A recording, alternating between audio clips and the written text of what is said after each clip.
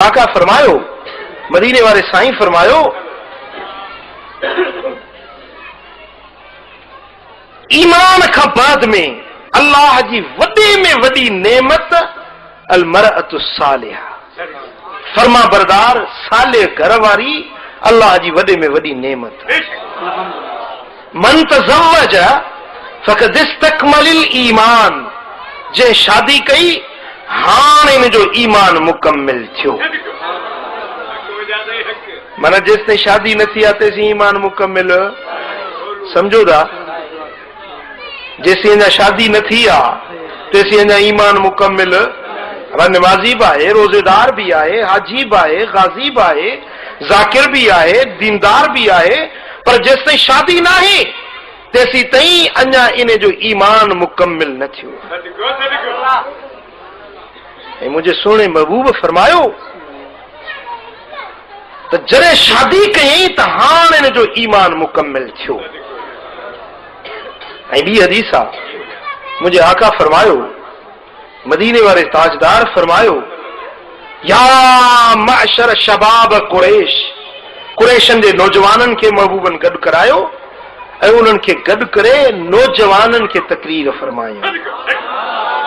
महबूब जी तकरीर, मदीने वाले साईं जो खिताब, महबूब जो बयान कंहिंसां?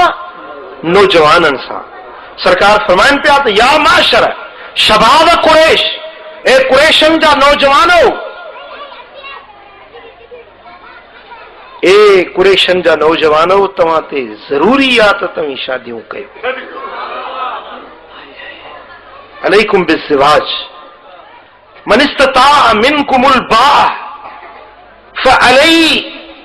फ़अलैहि बिज़्ज़वाज। मुझे आका फरमायो त जंहिंखे अल्लाह ताला कुवत ॾिनी आहे उन ते लाज़िम आहे त उहो शादी करे।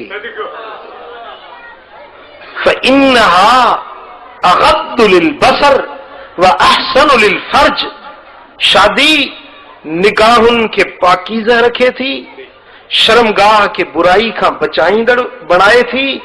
शादी कयो त तव्हांजूं अखियूं भी बुरी नज़र खां पाक रहंदियूं, तव्हांजी शर्मगाह भी गुनाहनि खां पाकीज़ा रहंदी।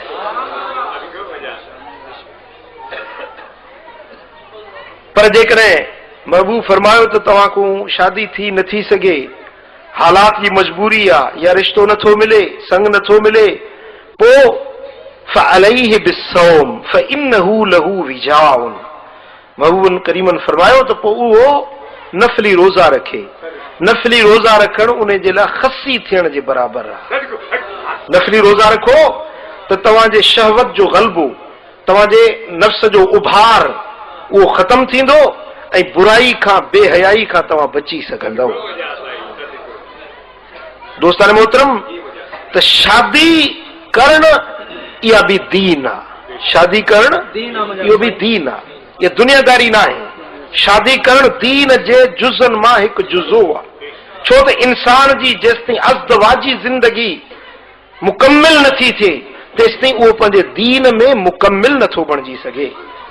चओ सल्लल्लाहु